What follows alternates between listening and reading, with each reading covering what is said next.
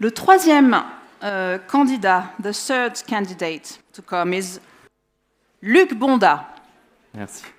Welcome, Luc. Yeah. Ah, vous ne faites pas du rugby, Luc. Non. Et voilà, vous avez vu ça? Non, mais ça va, vous allez voir.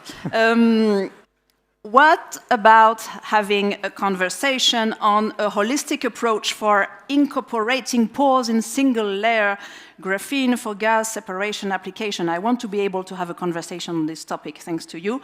Luc, that is the title of your thesis developed at the Laboratory of Advanced Separations with Professor Kumar Varun Agrawal. That's right, yeah. Okay, are you ready? Yes. Enjoy.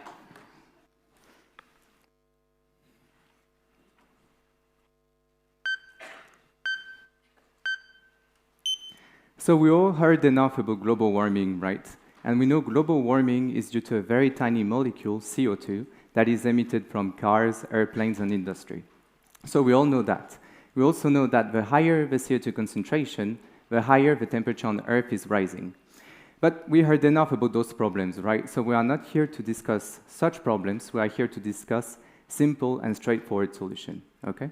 So the problem is CO2 is surrounding you right now, and also you need to breathe, right? So you have air molecules, you have oxygen, nitrogen, okay? But the big question is, how do you extract something so tiny, such as CO2, among other very tiny molecules? And sometimes, for such big problems, you need to use simple and straightforward solutions, such as an air filter, okay? But which kind of air filter can do that? That's a big question. And it's called graphene atomic membrane. So I know the name sounds a wee bit scary, but actually the principle is very straightforward, okay? So first, what is graphene? Graphene is the thinnest film ever reported on Earth. So if you take one of your hair, it's 1 million times thinner than your hair. So it's very thin. And also it's working as the perfect wool, okay? Even if it's extremely thin, nothing can pass through. No CO2, no air molecules, okay?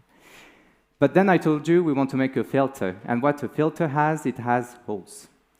But it needs to be very precise, because if the hole is too small, CO2 doesn't go through your filter. But if it's too big, everything goes through your filter and it's broken.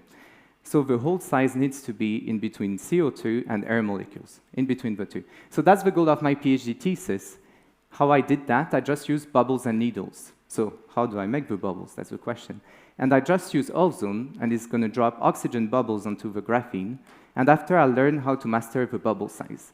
So if I decrease the temperature, I have very small bubbles everywhere on the graphene. And if I want to make it bigger, I just increase the temperature, and the bubble will grow. And when the bubble is bigger than CO2, but smaller than air molecules, what do I need to do? I just need to pop it with a needle. And which kind of needle can do that? It's just here, light. Simple as that. Because light is working as tiny, tiny energetic needles. And whenever it's touching the bubble, it will just pop it. And that's quite interesting, because actually, the hole is of similar size to the bubble. So with just bubble and needles, you can create very efficient filters to capture CO2 from air. So you can capture CO2, which means you can stop global warming, but not only that. You can even purify ambient atmosphere, so you can even reverse it. Thank you.